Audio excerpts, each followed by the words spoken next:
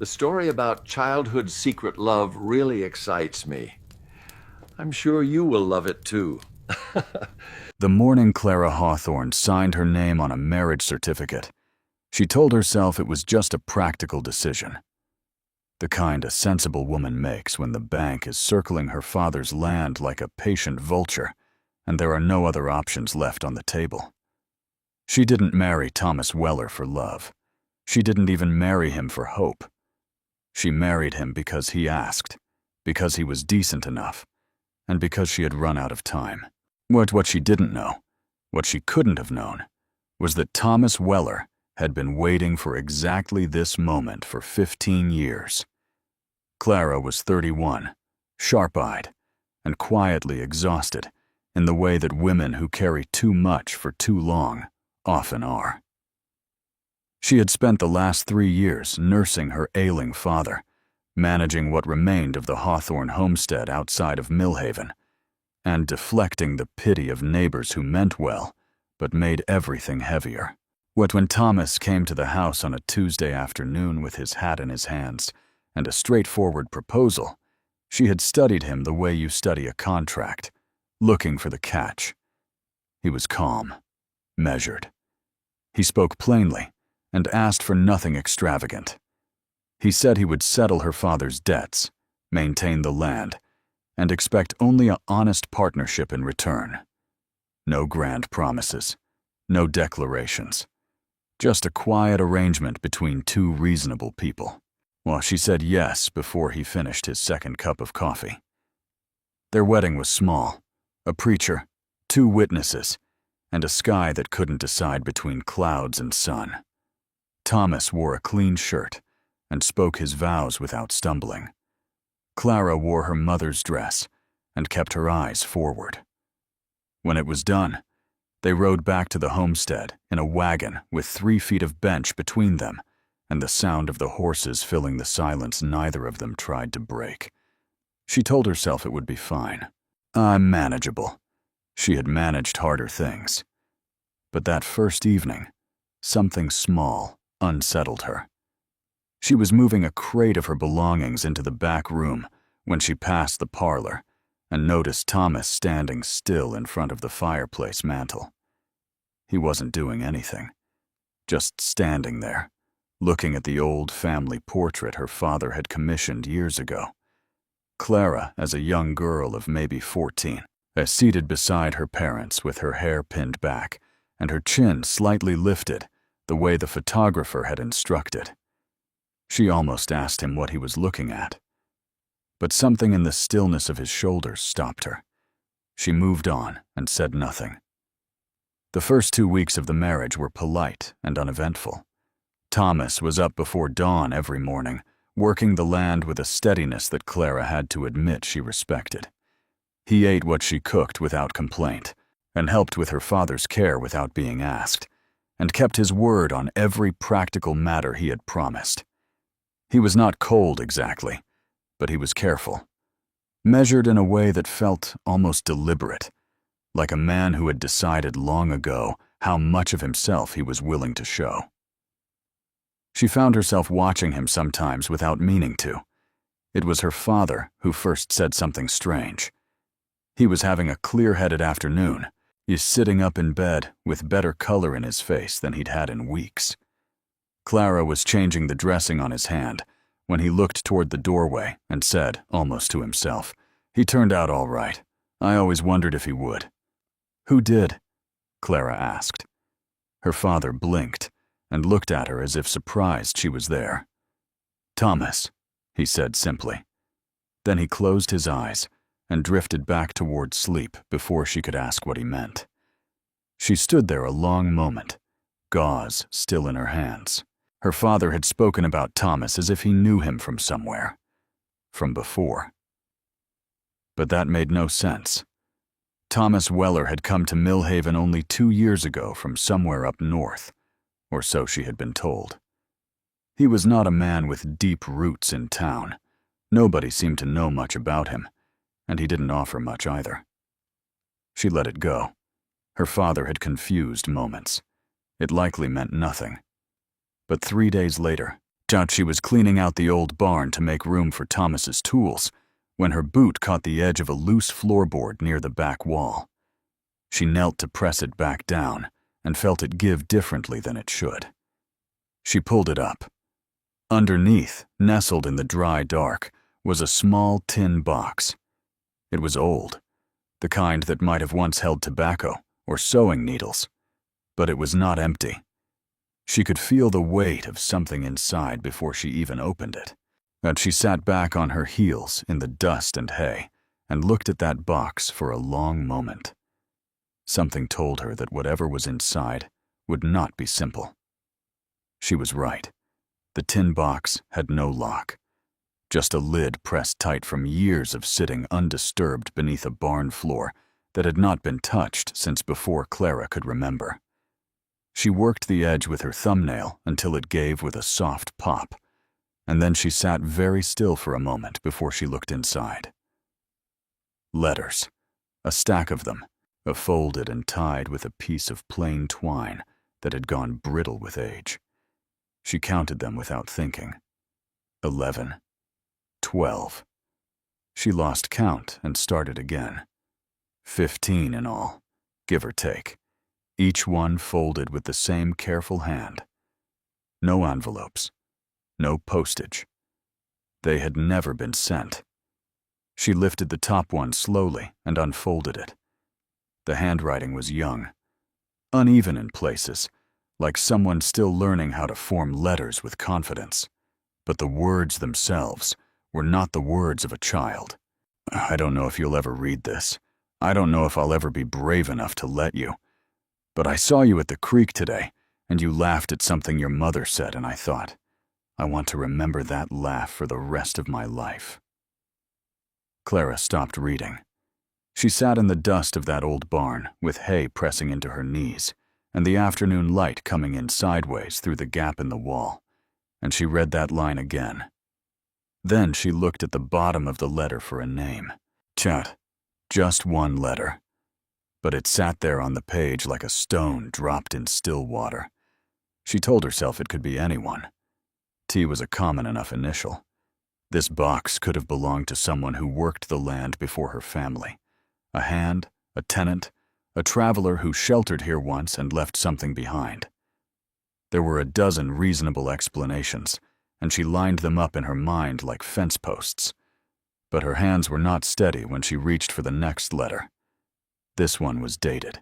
The year was 16 years back, which would have made Clara 15. The handwriting was slightly more controlled, like a year of practice had settled something in the writer. Your father let me muck the stalls today.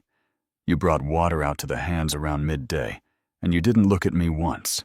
I don't blame you. I'm nobody worth looking at. But I stayed an extra hour just in case you came back. Clara lowered the letter slowly. Found she had no memory of a boy working their stalls when she was 15. But then she had been 15, distracted and self-concerned the way all 15-year-olds are, more interested in the books she borrowed from the schoolhouse than in the faces of the hands her father hired for seasonal work. There had been boys. There were always boys drifting through during harvest season, working for a few weeks before moving on. She had paid them very little attention. Someone had paid her a great deal. She didn't read the rest of the letters that afternoon. She folded the two she had opened as carefully as she had found them, placed them back in the box, and pressed the lid closed. Then she stood up, tucked the box under her arm, walked back to the house, and put it on the shelf in her room behind a stack of her father's old ledgers, where it would not be immediately visible. Out she went about the rest of the evening as if nothing had happened. She made supper. She checked on her father. She set 2 plates on the table and sat across from Thomas and watched him eat with the same quiet steadiness he brought to everything. And she thought about the letter. I stayed an extra hour just in case you came back. Did you grow up around here? She asked, keeping her voice level. Thomas looked up from his plate. Something shifted behind his eyes, brief and controlled. I passed through this part of the territory when I was young, he said. Worked some ranches. Which ones? He was quiet for a moment. Few different ones. It was a long time ago. He didn't offer more, and she didn't push, but she noticed that he didn't say no. He didn't say he had never been here before. He said it was a long time ago, and left the door neither open nor closed, which told her something in itself. She slept poorly that night. But over the next several days, she read the letters one at a time, spacing them out like she was rationing something she wasn't sure she should have found at all. They spanned years. The early ones were written by a boy who was clearly young and uncertain, someone working nearby and watching from a respectful distance, never approaching, never presuming. The tone was not obsessive. It was not frightening. And it was something closer to longing so carefully contained that it had nowhere to go but onto paper that was never meant to be read. As the years passed in the letters, the handwriting matured. The words became quieter, less urgent, but somehow heavier for it. One letter, written what appeared to be 8 or 9 years ago, said only this: "I heard you're doing well. That's enough. It has to be." Clara read that one 3 times. She found herself thinking about Thomas differently after that, but not with suspicion exactly, but with a careful attention she hadn't brought to him before. She started noticing small things, the way he always made sure the parlor fire was going before she came downstairs in the morning, the way he had, without being asked, moved her father's chair closer to the window where the old man liked to watch the yard, the way he never asked anything of her, not conversation, not warmth, and not even acknowledgement, as if he had long ago made peace with receiving nothing in return. It unnerved her in a way she could not fully name. And then, on a quiet Thursday evening, she came downstairs to find Thomas sitting at the table with a piece of paper in front of him and a pen in his hand. He wasn't writing. He was just sitting there, pen resting between his fingers, eyes on the middle distance. When he heard her step, he folded the paper quickly and slid it beneath his hand. Not quickly enough. She had seen enough of the handwriting to recognize it. She stood in the doorway and said nothing. He said nothing. The fire crackled between them, like it was the only honest thing in the room. She turned and went back upstairs without a word. She lay in the dark for a long time, staring at the ceiling, the tin box on the shelf just a few feet away, and asked herself a question she wasn't sure she was ready to answer. What do you do when the stranger you married turns out to be someone who has known you longer than almost anyone alive? She didn't sleep that night. Not really. She drifted in and out of something shallow and restless, and each time she surfaced, she was aware of the tin box on the shelf and the question she had taken to bed with her that still had no answer by morning. She was already downstairs when Thomas came in from the yard. Boots dusty and shirt damp from the early work he always started before the sun had fully committed to the day. He stopped when he saw her at the table. She had the tin box in front of her, lid off, the letters stacked beside it. She had not planned it this way. She had woken up and come downstairs, and somewhere between the kitchen and the table, the decision had simply made itself. Thomas looked at the box for a long moment. His face did not collapse or flood with panic the way she half expected. He just looked at it, the way a man looks at something he always knew would eventually surface. Then he pulled out the chair across from her and sat down. Neither of them spoke for what felt like a very long time. "How long were you here?" she finally asked. "When we were young?" "2 summers," he said. "I was 13 the first time, 14 the second." Clara looked at him. She was doing the arithmetic without meaning to. That made him 30 now. She had never thought to ask his age before. It hadn't seemed important. "You worked for my father." "Yes." "He knew who you were. When he said you turned out all right, he remembered you." Thomas nodded once.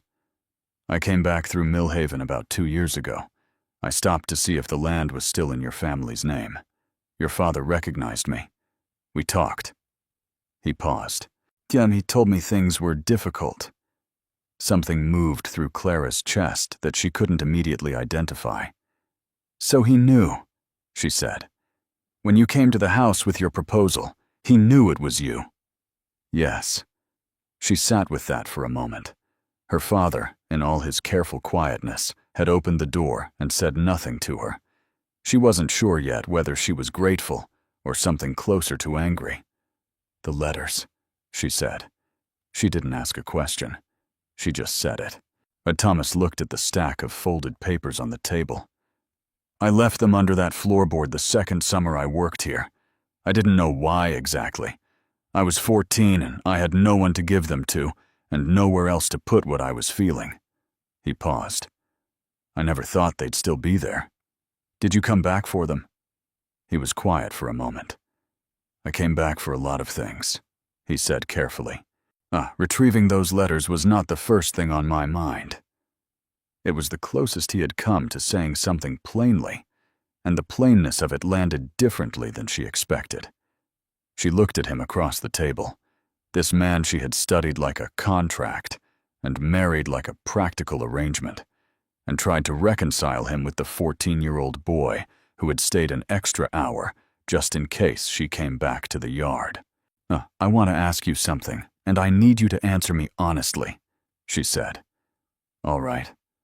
Did you propose to me because you pitied my situation, or because you wanted to?" Thomas met her eyes without flinching. "Both things can be true," he said. "Your situation was real, and it needed addressing. But I won't sit here and tell you the reason I came back to Millhaven had nothing to do with you. That would be a lie, and you deserve better than that." Clara looked down at the table. Outside, a morning bird was making noise in the elm tree by the fence, and somewhere further out, one of the horses shifted in the paddock. The world was going about its ordinary business, while she had here but trying to figure out what to do with a truth she hadn't asked for, and wasn't sure she was equipped to hold. "I don't know how to feel about this," she said quietly. It was perhaps the most honest thing she had said since they met. "You don't have to know yet," Thomas said. "I'm not asking you for anything, Clara. I never was." She looked up at him and dabbed at him. "That's the part I keep coming back to," she said.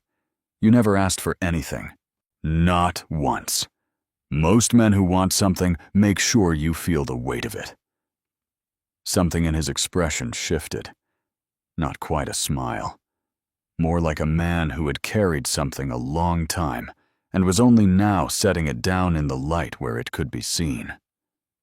"I spent a long time understanding that wanting something doesn't give you a claim to it," he said. "You were never mine to want. You were just someone I couldn't stop thinking about regardless." Clara stood up from the table, but not because she was leaving, but because she needed to move. She walked to the window and stood there looking out at the yard, at the land that bore her family's name, at the fence Thomas had mended in the first week without being asked. She thought about the letters, not the words in them exactly, but the years between them. The long silences where he had simply lived his life somewhere out there and written nothing, because there was nothing to say except that he was still thinking of. The letter that said, "I heard you're doing well." That's enough. It has to be. A person didn't write something like that out of obsession. They wrote it out of a love so long resigned to itself that it had stopped asking for anything and started simply existing. Like weather, like seasons, like something that doesn't need permission to continue. She turned around. "I found 2 letters I haven't read yet," she said. Thomas nodded slowly. "Then read them when you're ready, or don't." That they weren't written to be found. "But they were found," she said. "And I think we both have to decide what to do with that." She crossed the room and picked up the tin box and held it for a moment. Then she set it back down on the table, in the space between them. and sat back down across from him. "I think," she said slowly, "that I would like to have supper together tonight and actually talk. Not about the land or the debts or my father's care. Just talk. But like two people who are trying to know each other." Thomas looked at her for a long moment. "I'd like that," he said quietly. It wasn't a declaration. It wasn't a resolution or a turning point dressed up in fine language. It was just two people at a table with a tin box of old letters between them and the slow, cautious beginning of something that had no guaranteed outcome. But for the first time since she had signed her name on that marriage certificate, the Clara Hawthorne did not feel like she was simply managing a situation. She felt like she was in one. And she found, somewhat to her own surprise, that she did not entirely mind. The tin box stayed on the table for 3 days before either of them moved it. By then, they had talked enough that neither of them needed to open it again.